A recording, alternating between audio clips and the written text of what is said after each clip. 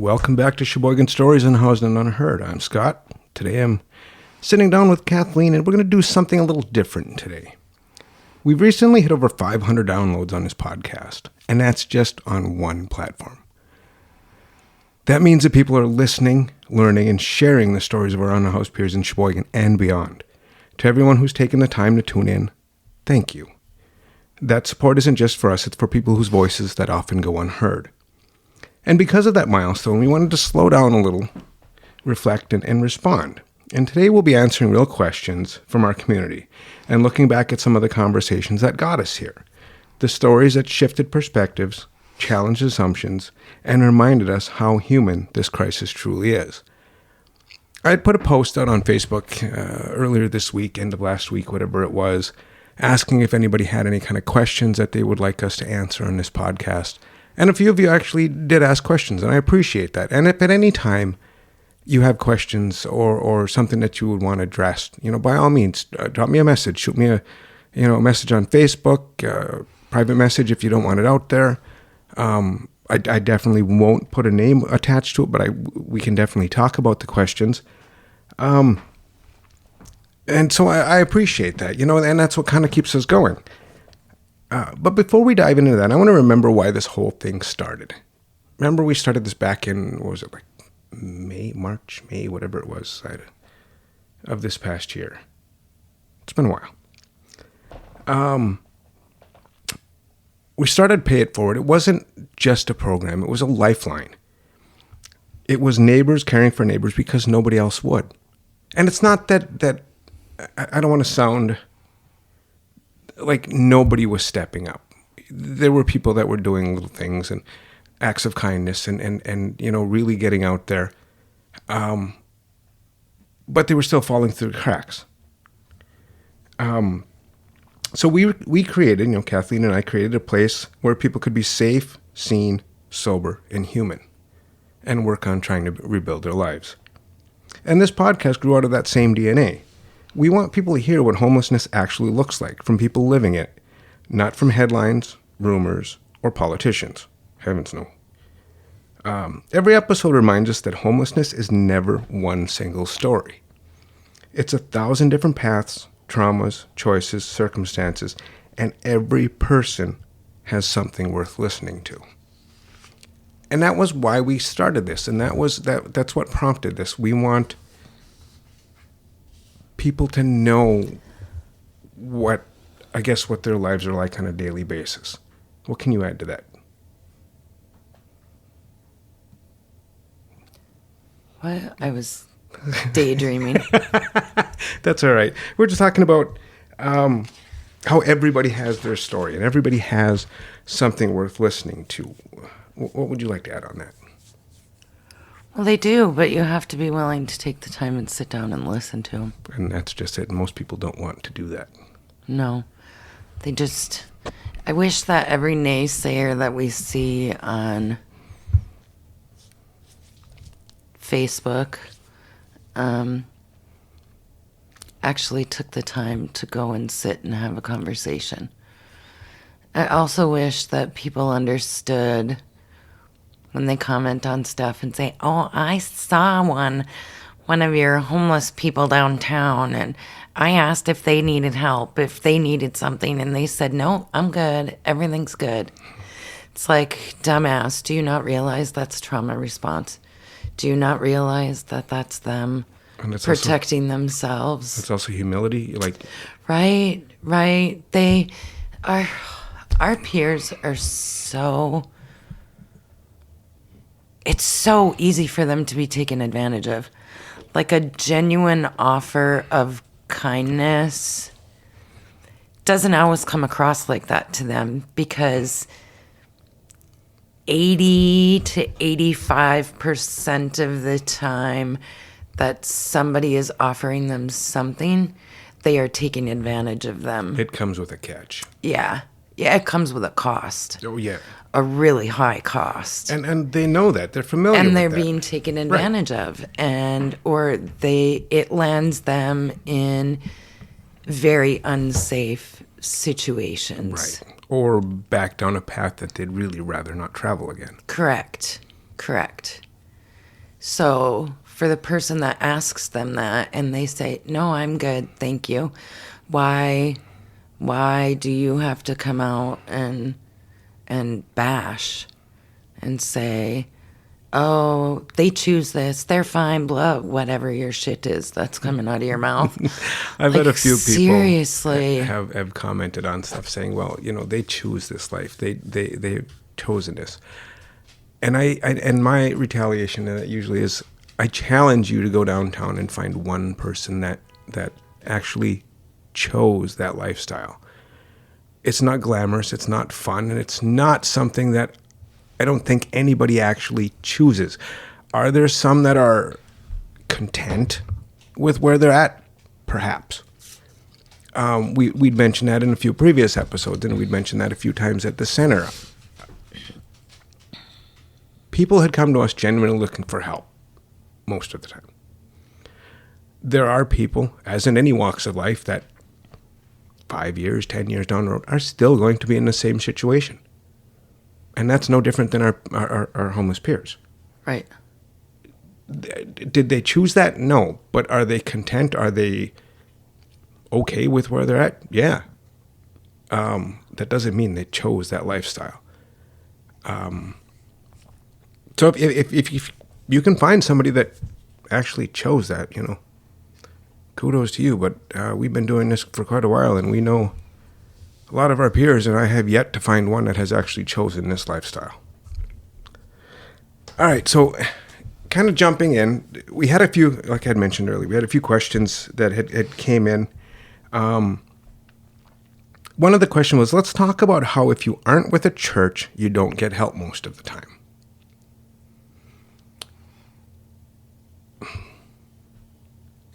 I disagree with that. I do too. I have yet, and we worked with a lot of organizations, a lot of churches. We spoke at a lot of churches. We were asked to speak everywhere.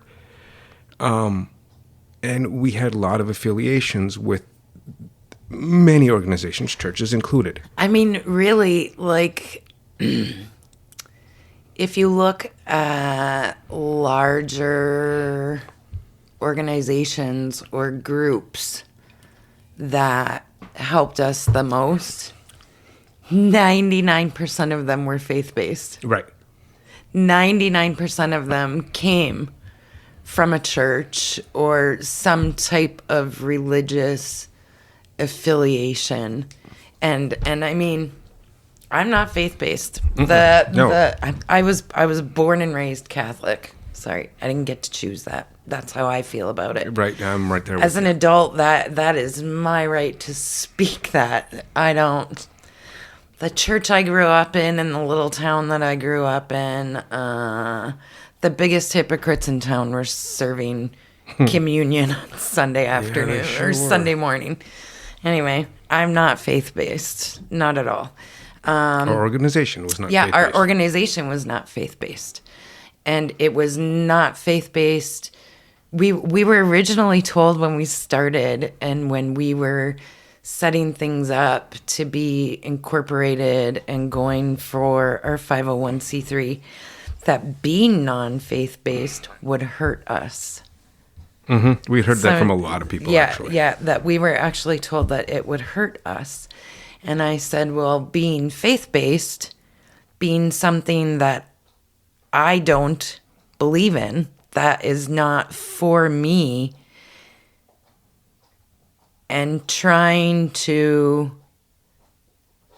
it's false. It would be us trying to live in a world that isn't ours. Mm-hmm. I mean, that's the easiest. I don't belong in. Yeah, because that's not what we believe in. That's not who we are.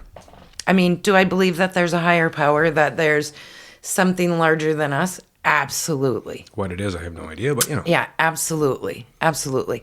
I for anybody who listens to this that knows me from years ago, I did a lot of blogging with Madeline, mm-hmm.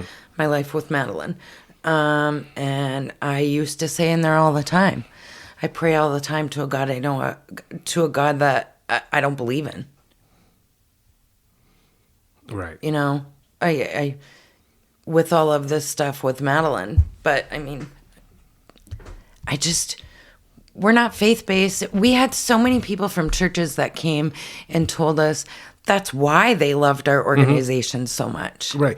Well, because we were not. Because with not being faith-based and not having any kind of religious affiliation, most people felt that they weren't excluded, or that they didn't have to fit into a certain category or to a certain spot to be welcome with us. Right. Our peers, not only did our peers not feel like they had to fit into that, our volunteers and our people who helped us didn't feel like they had to fit into that. Right. You know, like, yeah. We removed that box that people think that they have to fit in. So, I mean, and I don't... I know it's the thing said that if you aren't with a church, you don't get help most of the time. If anybody ever came to me for financial assistance for something and there wasn't a resource for me to turn them to for like rural and urban housing or whatever, for rent assistance, whatever, I would tell them, Google all the churches in town. Start calling. You never know if they're going to have funds available to help you or if they're not. You don't know. You're going to have to tell your story. You are going to have to tell it. And you are going to have to keep telling it until you catch the right person that answers the phone. And it might just be a case of depending on who answers the phone that day. Right? It's pure fluke. You might get a person who answers the phone that is like, oh yeah, we have an extra $50. I can give you a gas card. Right. Or, you know, whatever. Or somebody might be going, I don't feel like being bothered with that today. And nope, sorry. I'm like, literally, it's hit or miss. I think sometimes people think that there's this hidden agenda of places that help or provide things, but only if you have the right beliefs. If you run into that, let us know. I'm sorry you ran into that. You know, that is not our experience. You know, with as many organizations and as many churches as we've dealt with over the years, I have not seen that to hold true. I mean, I'm super thankful for a lot of the connections that we have made. Right. Because, I mean, when I ran into something about a month ago, a little over a month ago, maybe 2 months ago now. It's been a long fall. Anyway, ran into an emergency situation and I needed to help a peer out and we didn't have the funds. And it wasn't me directly. It was helping them get into a safe place. So my first reach out was to a church. And it worked? And it worked. First phone call? It wasn't even a phone call. I sent a Facebook message. Oh, okay. But it worked. So, I mean, and had they told me no, I would have just gone to another one. Right. And they didn't question, was the person affiliated with the church? No, none of those questions were asked. So, you know, like I said, if you ran into that, I'm sorry you ran into that. If that is the case, let us know. I mean, we still have ties to the organizations, to churches and stuff. You know, we've made some very good contacts over the years. We can address these, you know. And, you know, and the one place that I have heard from people that they didn't get help or what, some churches have very specific things that they help with. Yes. And if it doesn't fall into that category, then chances are pretty good you're not going to get help. Correct. Like, there's I'll just say it, Revolution Resale. They're fantastic. We've donated to them. They have helped our peers. They have helped our peers in recovery. Mm-hmm. But they're very specific to those who are in recovery. Their funding is very specific to that. And they're very open about that. Yeah. So it's like, you know, that would be no different than when people came to us and said, well, I'm housed, but I want a new bed. Well, good for you. Go get one. or the equivalent of going to Taco Bell and ordering a hamburger. Right. You know that's not what they do because they put it out there that what they help with. And if you're going there asking for something, that you're going to get turned down. Right. And you, I mean, I guess if you want, because people do it all the time, you can blame that organization for being upfront and honest about what they do, and you didn't get what you wanted, but that doesn't make them wrong. Right. All right. So then we had another question. How many people who don't follow typical religions or spiritual practices are shut down or shut out from helping? And I do know, I think it was mentioned in the comments. It was very specific. This was specific to an event that had taken place. It was the overdose awareness. Thank you. Overdose awareness. And it was House of Spiritual Vibes was originally set up to participate in this, have a table. And they provided a door prize or a gift basket or something or whatever something it was. to that effect. And then when it turned, as it got closer to the event, they were asked not to be there, not to participate, because it made some people very uncomfortable or very uneasy. Well, in the screenshots that I saw I was on gonna say, Facebook, we only caught one side. Yeah, we're not. So I'm not pointing fingers. I'm not holding blame here on anybody. I only know bits and pieces. Yeah, House of Spiritual Vibes, I will say, though, because anybody out there listening to me that knows this, that was like my favorite store in Sheboygan. Oh, absolutely. I don't think they're open anymore, actually. I saw something the other day. I think they're closed. But anyway. Which is too bad. I love that store. But Nina was very open and had put screenshots out there and stuff. And I'm not going to get into who was right, who was wrong, who was whatever. I'm not choosing sides between the two of them. Right.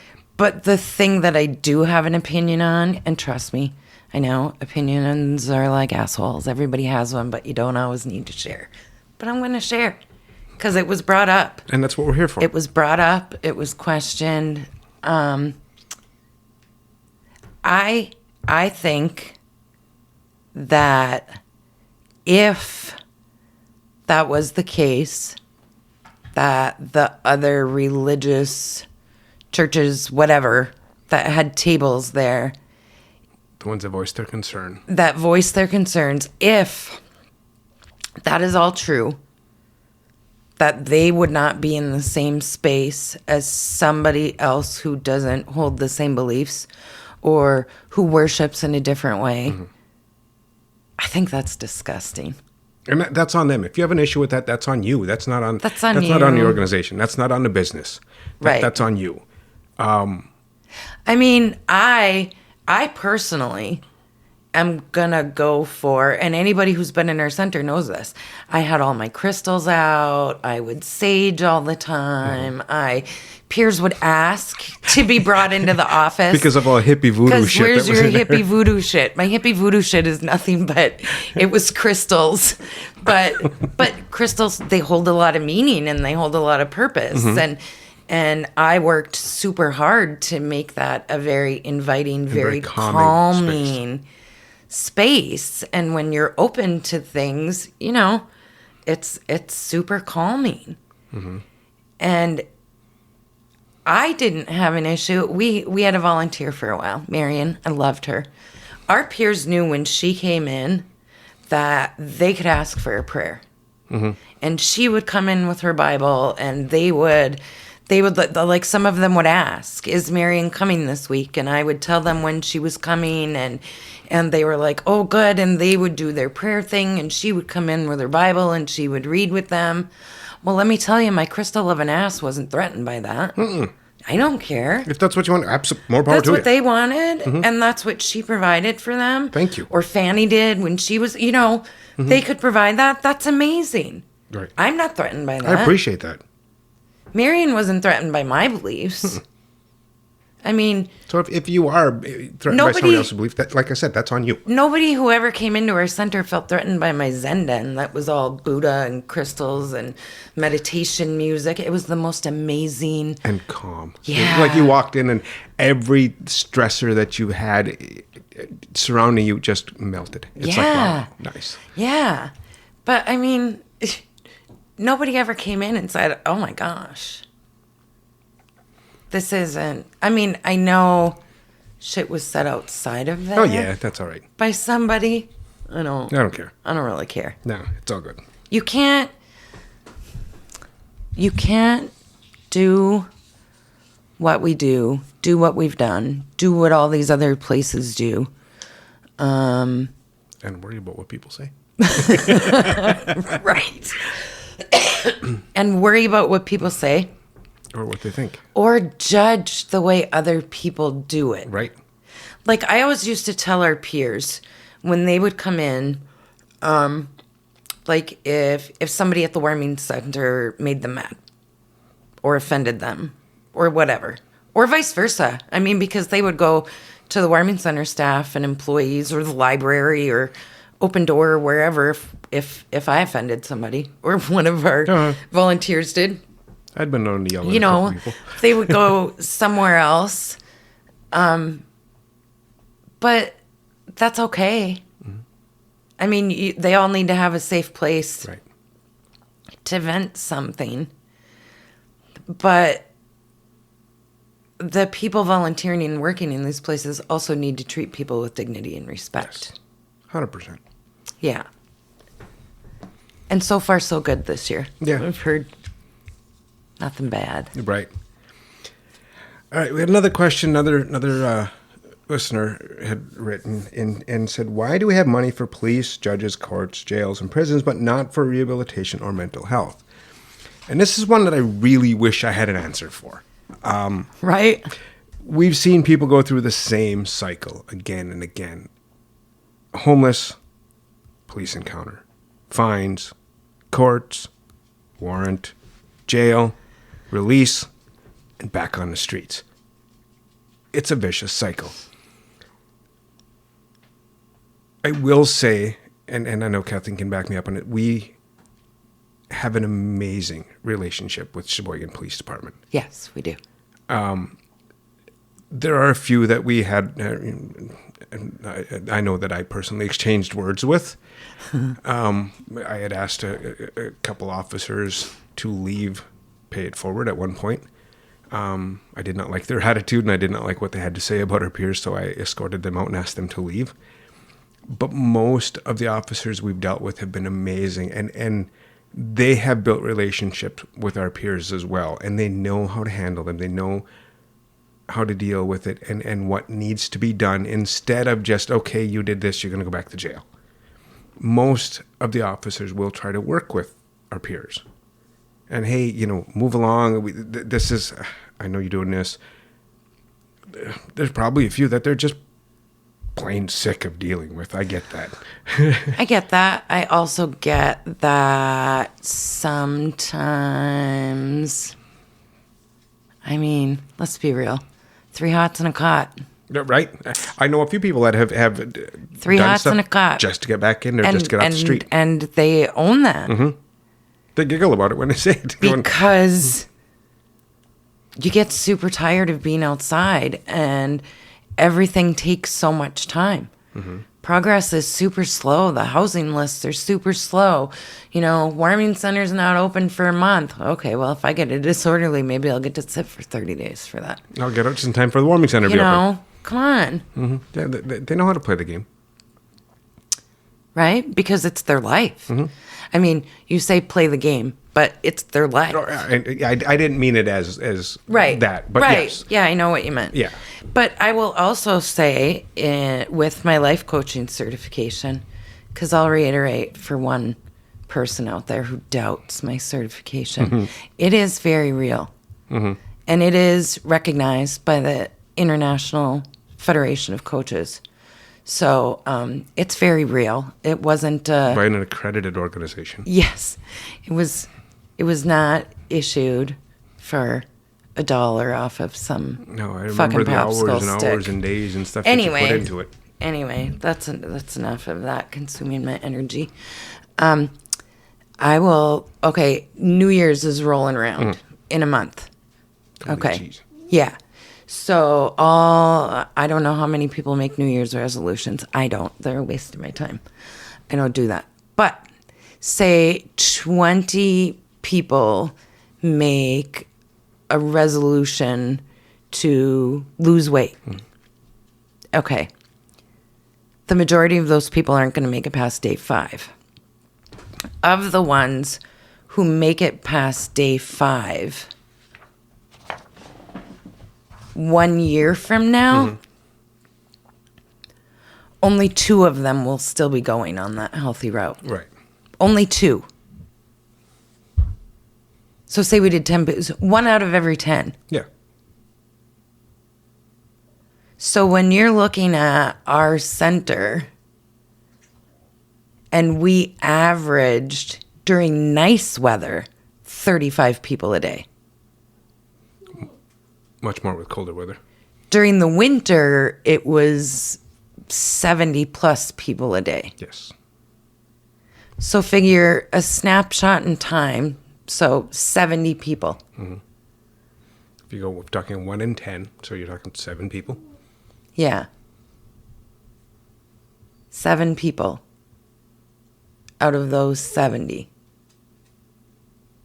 a year from now will still be working On trying to better themselves. on trying to just sustain the changes that they've made, Right. that they've been able to make. Yes. They're just trying to sustain those changes. I always laugh and people laugh when I talk about habit change, how difficult it is. I'm like, come on, people, let's be real. If habit change was easy, I wouldn't still be fat. Or I wouldn't be fat again. And I mean, some people are like, well, I'm like, no, that's a reality. I've lost the same 50 pounds 4 times in my adult life. We're coming up on number 5. Hopefully it's for good. But, you know, if habit change was easy... It's not, right. I mean, It's... everybody would be doing it. And everybody is capable of doing it. Right. Everybody is capable of doing it. It's having the supports in place to make it sustainable that is hard. Yeah.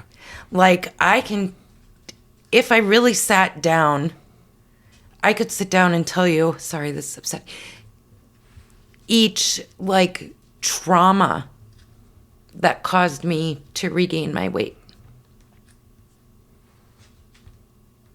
I mean, the last one I was watching my child die. Yeah. Literally watching her turn blue in front of me in the hospital. Gasping for air. Yeah. Lips blue. Yeah. That was a tough one. And my critter brain reverted to the only thing I could control. And that was what I put in my mouth. I couldn't control my feelings. Couldn't control what was going on. I with couldn't her. control what was going on. I couldn't control the outcome. I couldn't control. I had 0 fucking control. 0.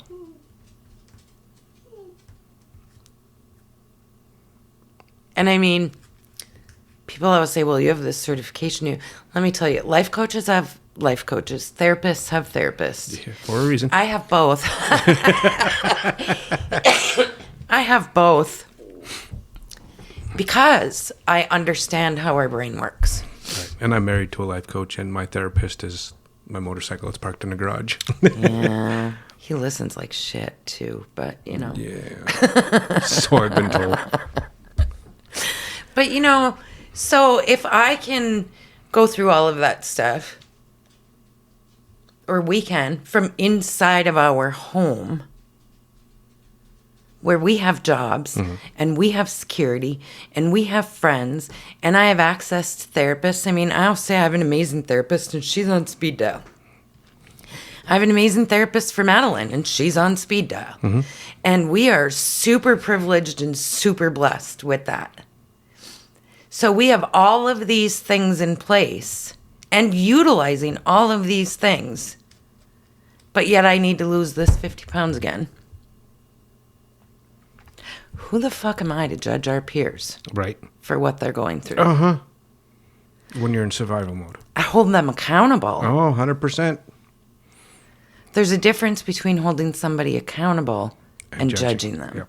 We've never judged. It's not my place to judge. No. No, I've got my own shit going on. Who am I to judge somebody else?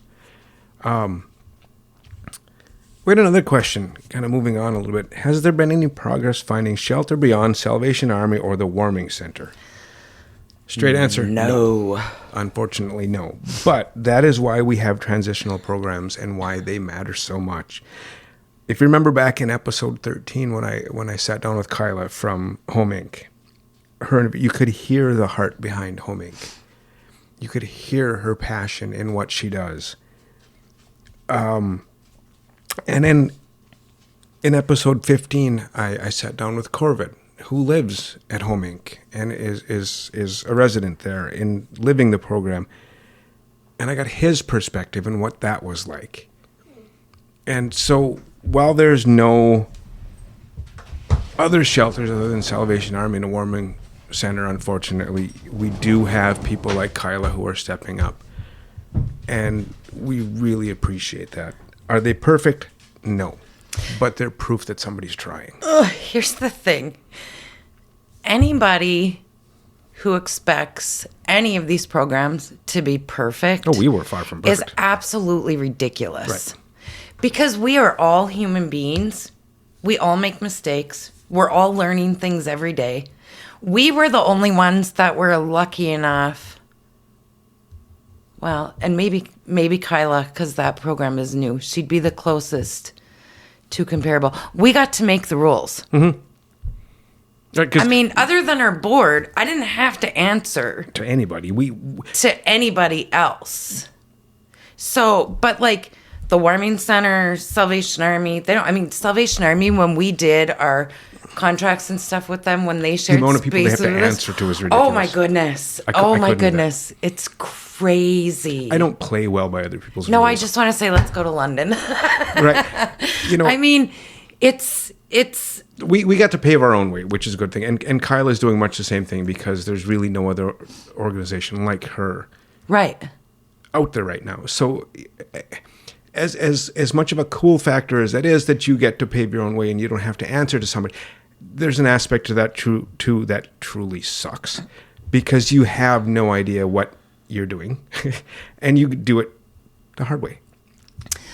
Right, but also people are a lot more judgy. Oh, yeah. Too. You know, if you think like if you think that shit didn't go on at our center, you'd be wrong. Mm-hmm. I mean, anybody who was there knows that I would stand toe to toe with somebody who was drunk, somebody who was not there for the right reasons. Right.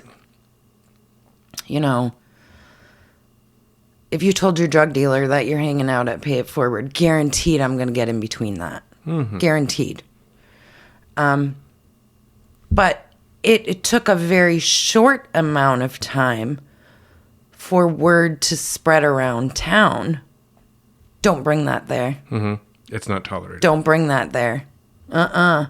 Miss Kathleen will put you in your place. Do not bring that there. And when one of our peers told me that that's what people were saying, I was like, yes. Perfect. Yes. Mission accomplished. Yes. So, you know, give some grace because no matter what, there's shit that you deal with once in a while. Right.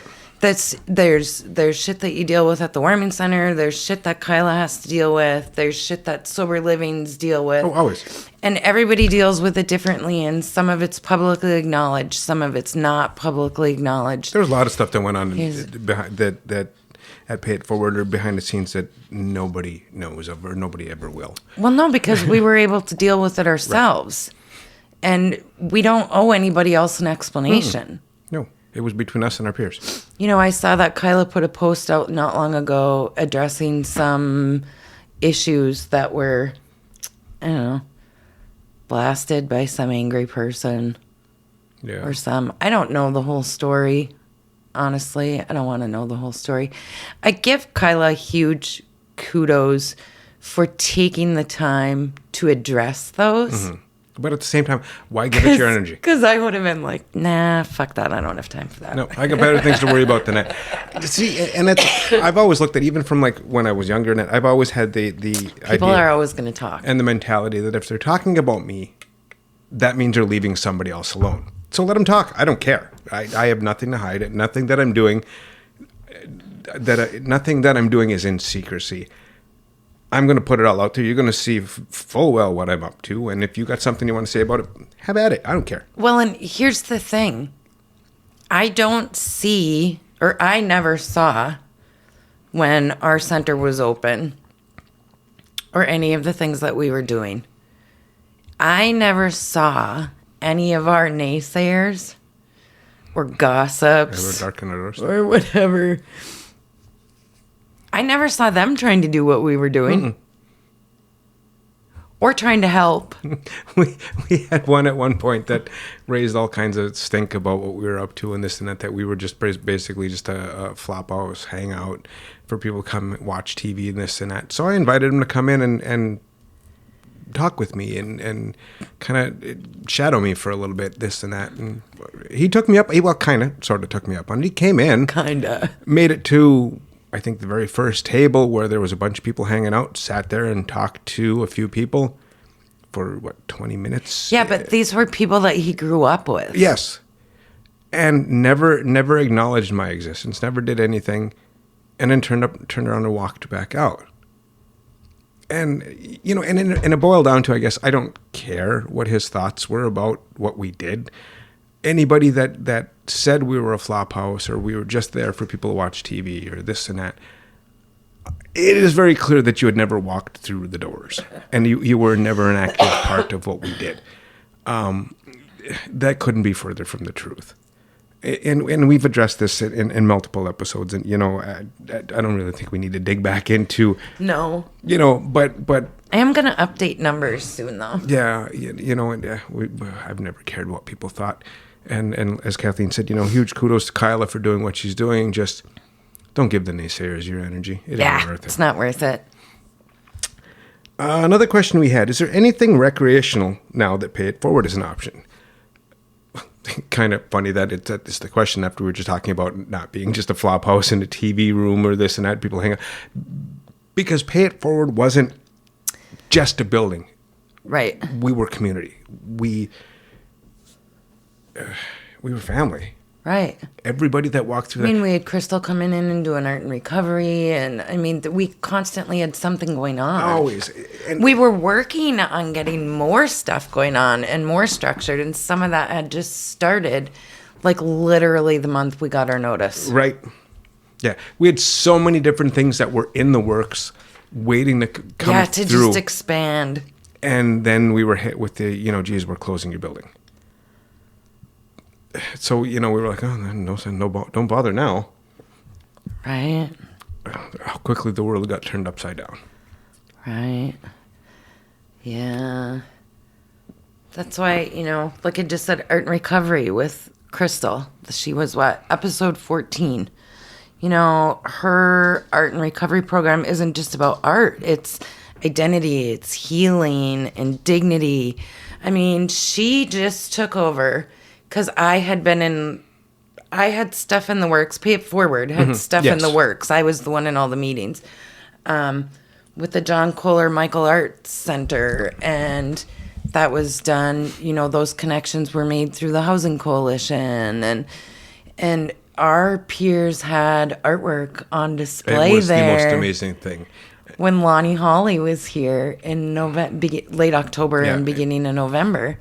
It was so freaking amazing to go there and to see that.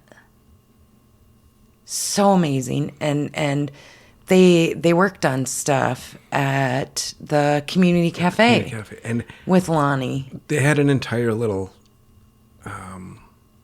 box full of index cards. Yeah. Crystal made us cry. Yeah. We sat there at the art center reading these. It was every card in that box was asking what had Pay It Forward done for them or helped them with. That was tough reading. but that was why we existed. Right. As I put out in my Thanksgiving post the other day, we couldn't save the world. We didn't reach everybody, but we tried hard. I still would. If the money was there and there was a building I could get my So hands on. Still, if you know a building out there, we're down, but we're not out, people. We're still here, and we're still working behind the scenes. We're still, just because we're not in a building, we're not in a public's eye right now. Please don't write us off. We are still here. We're still advocating. We're still helping out. We're still doing what needs to be done. Just not in such the large scale that we were. You don't just stop doing what we did. That's not possible. When our peers become such a huge part of your life, and you don't just walk away from that. You can't. Mm-mm. And I've made some amazing friends there. And you don't just walk away from that. So we haven't walked away, and we are still here, and we're still working. We're just doing it a little quieter these days. But we're here. And that kind of brings me into reflections on some of the previous episodes that we've done, how we've gotten to where we are right now. And I guess where we're going from here. I've got a few pretty decent interviews kind of lined up that I have in the works. I'll see if they can come to fruition, see if I can actually get them to pan out. They should be some pretty decent ones within the next couple weeks. Maybe the next 2, maybe the next 3 should be really decent ones, I'm hoping. I've still got several that are planned out. I just got to make the contacts and get them to fall into place. Let's look back to episode 8 when I went and sat down with Jackie at Elevate Yoga. There was a woman who truly, truly inspired me. Her passion, her livelihood was Elevate Yoga. And yet is. I don't want to say was. Is. I'm sorry. Is Elevate still Yoga. There. But yet, her compassion and her empathy for our peers and the people that hung out outside. Because she was and is pretty much on House Central, down by the bank right there. It's a pretty popular spot. And she does an amazing job at balancing her business, but yet treating people with dignity and respect. That was truly an amazing interview. If you haven't listened to that one, I recommend going back and checking that one out. Right. That episode proved something that a lot of people really don't believe in. Like the naysayers have a lot to say about it. Right. But she has gone above and beyond and proven that you can protect your business and treat unhoused people like the human beings that they are. Mm-hmm. And those two things can coexist. Oh, absolutely. You can do them both at the same time.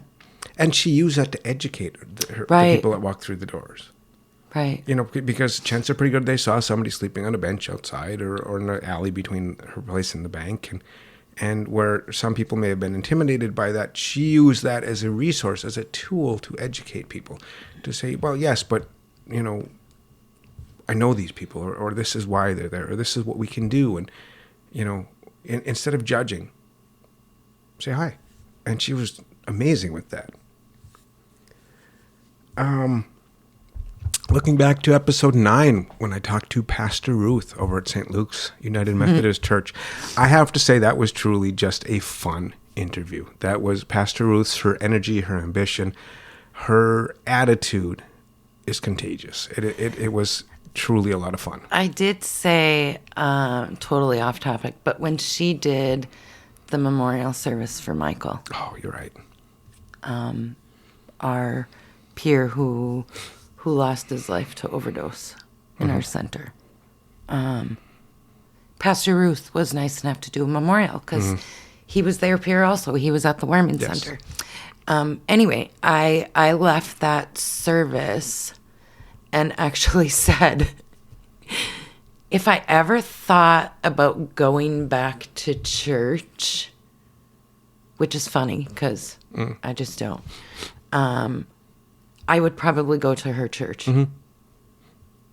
Just because I enjoyed that service so much.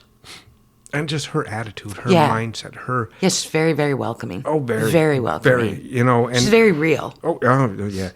You know, I'd asked her, you know, how she got into, you know, this with the homeless community, with the community cafe, and she didn't have any choice. She didn't really have it. She just got kind of tossed in here, going, okay, you're going to be the pastor at this church. Here you go. This is what goes along with that. So Pastor Cindy started it. So, you know, like it or not, here it is. It dragged her right into the reality of homelessness. She didn't run. She embraced it and the chaos, and she learned from that. And she used that term, or those terms, quite often through the interview, that she was learning as she went. It was a learning process. We're all learning every day. Absolutely. You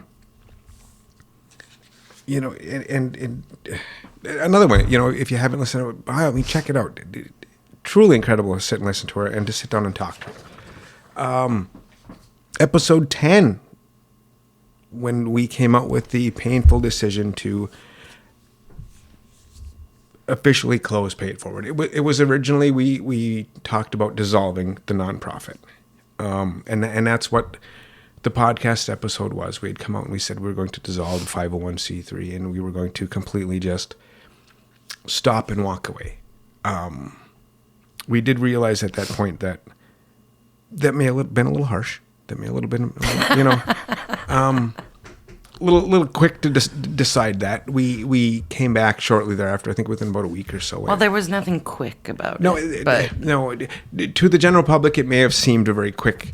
To us, it was many, many sleepless nights, many tears, many... months and months. Many nights of trying to figure this out, trying to work ways around this to make it happen, to keep it going. And it just wasn't working. We were running ourselves into the ground. We were running ourselves ragged.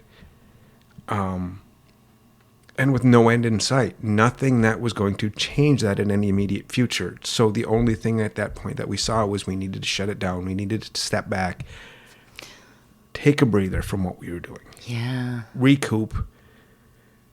I mean, just a little update on the recouping. Let's see. We finished our last day serving the lunches was September 14th.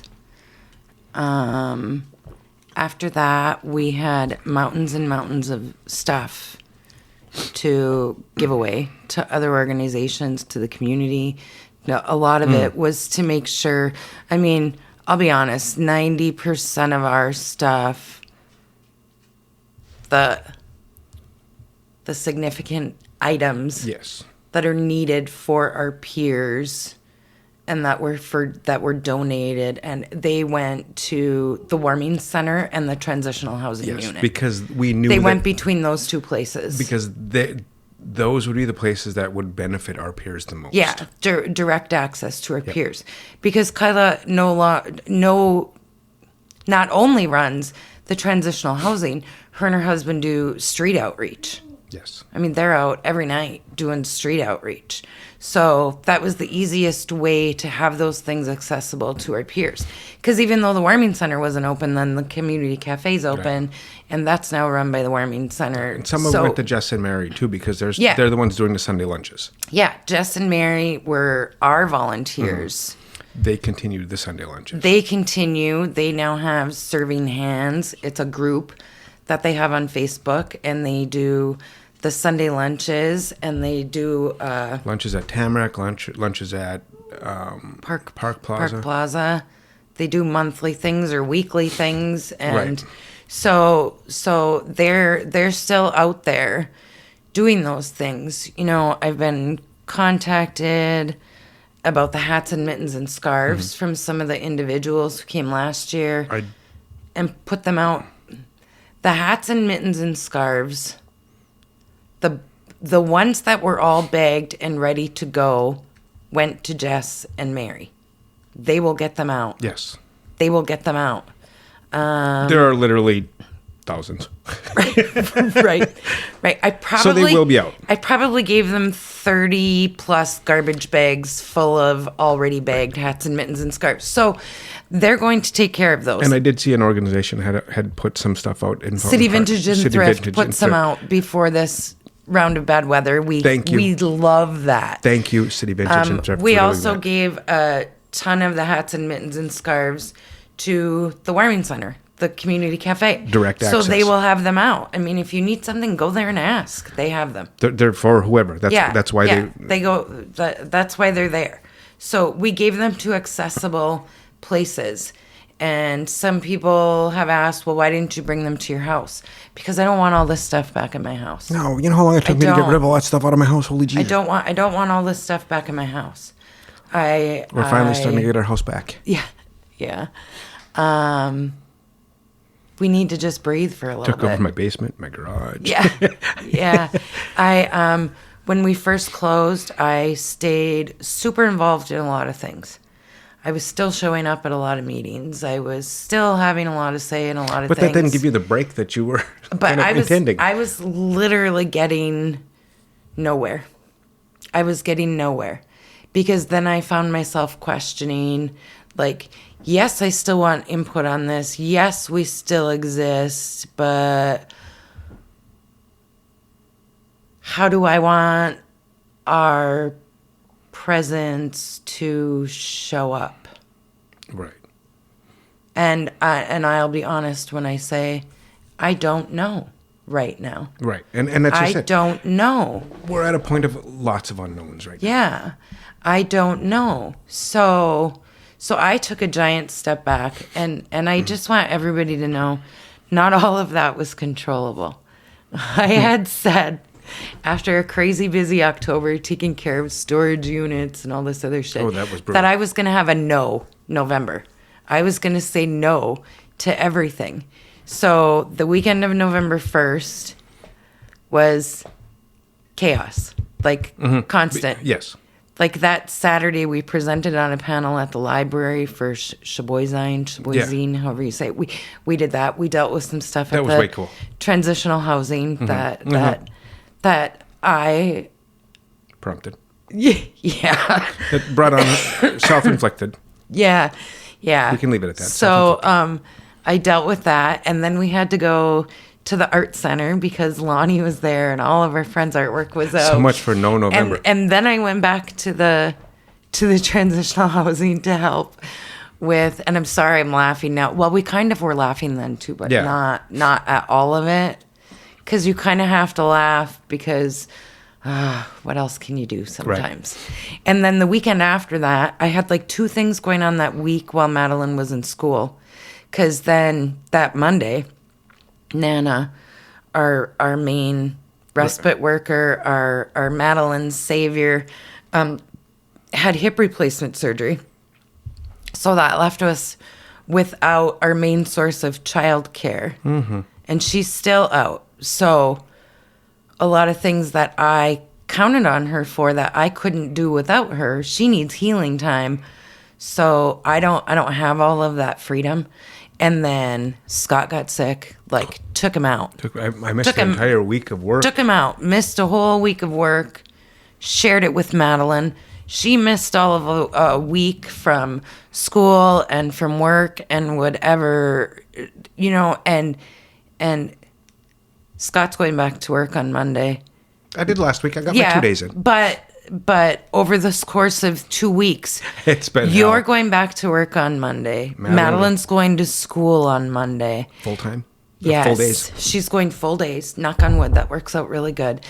And I'm going to come home and muzzle my dogs and not listen to a single sound or having anybody ask me for anything for 5.5 hours till I have to pick her up from school. Right. Because it has been chaos.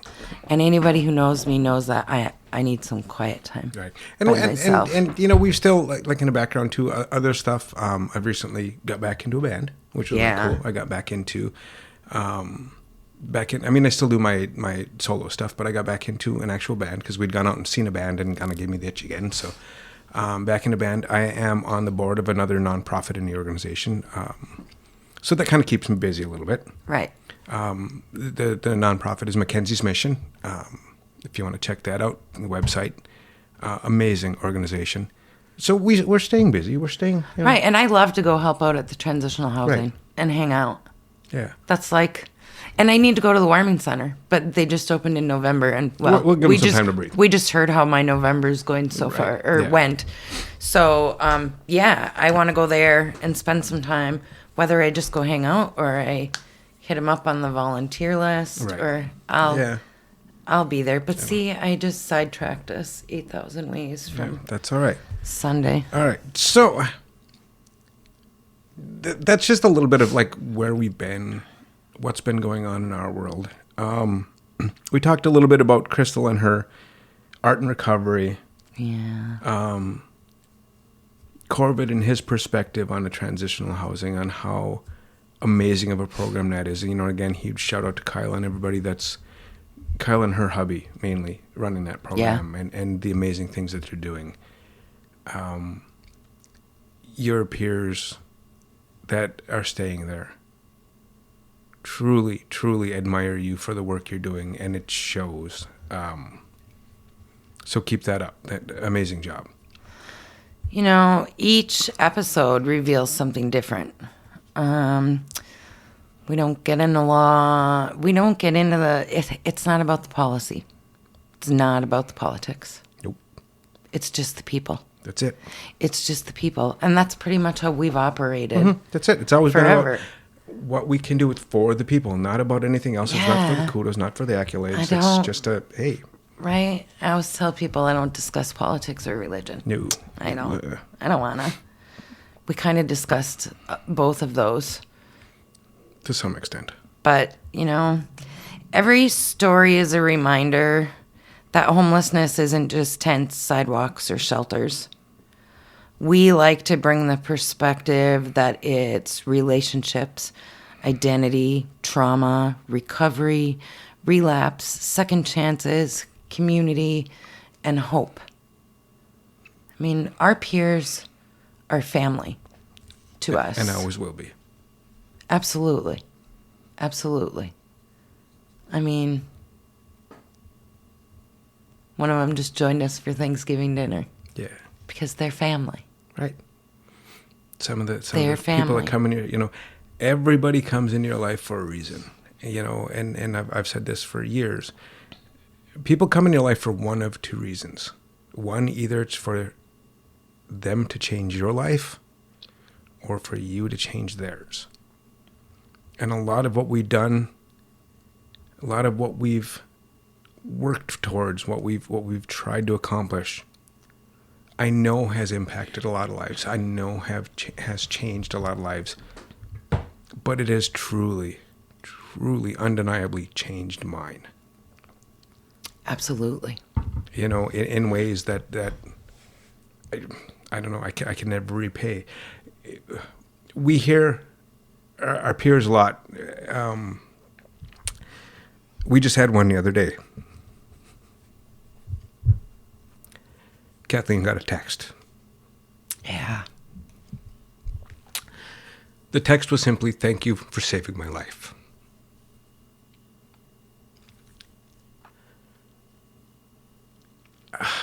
I guess I'm going to flip that around. How do you know that you didn't save mine? Right. You know, I